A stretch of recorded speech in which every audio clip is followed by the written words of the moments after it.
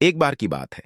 एक छोटे से गांव में रोहन नाम का एक लड़का रहता था। रोहन अपने आलस्य और महत्वाकांक्षा की कमी के लिए जाना जाता था। उसे समय बर्बाद करने और महत्वपूर्ण कार्यों को टालने की आदत थी। अपने परिवार और दोस्तों से समय की कद्र करने की लगातार सलाह के बावजूद रोहन इसके महत्व को नहीं समझता था। एक धूप वाले दिन श्री गुप्ता नाम के एक बुद्धिमान बूढ़े व्यक्ति गांव में आए। वह अपनी बुद्धिमत्ता और लोगों की समस्याओं को हल करने की क्षमता के लिए जाने जाते थे। यह बात जल्दी ही फैल गई और रोहन को श्री गुप्ता के आगमन के बारे में पता चला। जिज्ञासा से प्रेरित होकर उसने बूढ़े व्यक्ति से मार्गदर्शन लेने का फैसला किया। रोहन श्री गुप्ता के पास गया, जो एक बड़े बरगद के पेड़ के नीचे बैठे थे।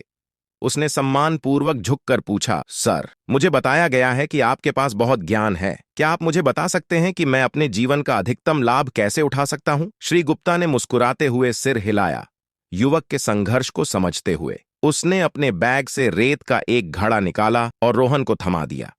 उसने कहा, यह रेत का घड़ा समय का प्रतीक है। रेत का हर कण आपके जीवन के एक अनमोल क्षण का प्रतिनिधित्व करता है। रोहन ने रेत के घड़े को अपने हाथों में थाम लिया और उसके महत्व का भार महसूस किया। अब श्री गुप्ता ने कहा, मैं चाहता हूं कि आप कल्पना करें कि रेत का हर कण जो रेत के घड़े से गिरता है एक बर्बाद अवसर है। हर बार जब आप टाल मटोल करते हैं या समय बर्बाद करते हैं तो एक दाना हमेशा के लिए फिसल जाता है। रोहन ने अपने कार्यों की गंभीरता को समझते हुए श्री गुप्ता की बातों को ध्यान से सुना। समय एक अनमोल उपहार है मेरे बेटे, यह किसी का इंतजार नहीं करता। हर बीतता हुआ सेकंड एक ऐसा सेकंड है जिसे आप वापस नहीं पा सकते। अगर आप इसे बर्बाद करते रहेंगे तो एक दिन आप पछतावे से भरे हुए उठेंगे। रोहन ने जल्दीबाजी महसूस करते हुए पूछा, लेकिन मैं कैसे बदल सकता हूं? मैं समय को कैसे महत्व दे सकता हूं और इसका अधिकतम लाभ कैसे उठा सकता हूं? श्री गुप्ता गर्मजोशी से मुस्कुराए। उन्होंने कहा, इसकी शुरुआत छोटे छोटे कदमों से होती है।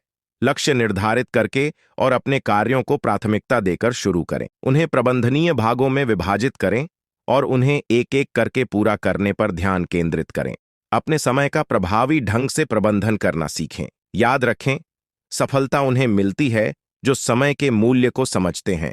रोहन ने बूढ़े व्यक्ति की सलाह को दिल से लिया और अपने तरीके बदलने का फैसला किया। उसने अपनी दिनचर्या को व्यवस्थित करके विभिन्न गतिविधियों के लिए विशिष्ट समय सीमाएं निर्धारित करके शुरुआत की।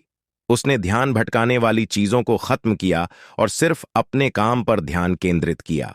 धीरे धीरे रोहन की नई नई लगन और अनुशासन ने उसे रंग दिखाया। उसने ऐसे काम पूरे किए जिन्हें वह सालों से टाल रहा था। उसने अपने जुनून का पीछा किया और छिपी हुई प्रतिभाओं की खोज की। ग्रामीणों ने रोहन में देखे गए उल्लेखनीय परिवर्तन पर आश्चर्य व्यक्त किया। समय के साथ रोहन को एहसास हुआ कि समय की असली ताकत सिर्फ काम पूरा करने में नहीं बल्कि रिश्तों को पोषित करने में है। उसने अपने परिवार और दोस्तों के साथ क्वालिटी टाइम बिताया, उनके साथ बिताए पलों की सराहना की। उसने समझा कि समय एक सीमित संसाधन है और प्रियजनों के साथ बिताया गया हर सेकंड एक खजाना है। साल बीत गए और रोहन बूढ़ा हो गया। उसके गांव ने उसकी उल्लेखनीय उपलब्धियों और समय के बुद्धिमानी भरे इस्तेमाल के लिए उसे सम्मानित किया। उसने अपनी यात्रा को युवा पीढ़ी के साथ साझा किया और उनसे हर गुजरते पल को संजोने और अपने जीवन का भरपूर आनंद उठाने का आग्रह किया। रोहन की कहानी दूर दूर तक फैली और अनगिनत लोगों को समय के साथ अपने रिश्ते का पुनर्मूल्यांकन करने के लिए प्रेरित किया। लोगों को यह समझ में आने लगा कि समय सिर्फ एक वस्तु नहीं है बल्कि एक अनमोल तोहफा है जिसे संजो कर रखना चाहिए। और इस तरह श्री गुप्ता की बुद्धिमत्ता और रोहन के बदले हुए जीवन के तहत गांव फला फूला, जिसने सभी को समय के महत्व और उनके भाग्य को आकार देने की इसकी शक्ति की याद दिलाई।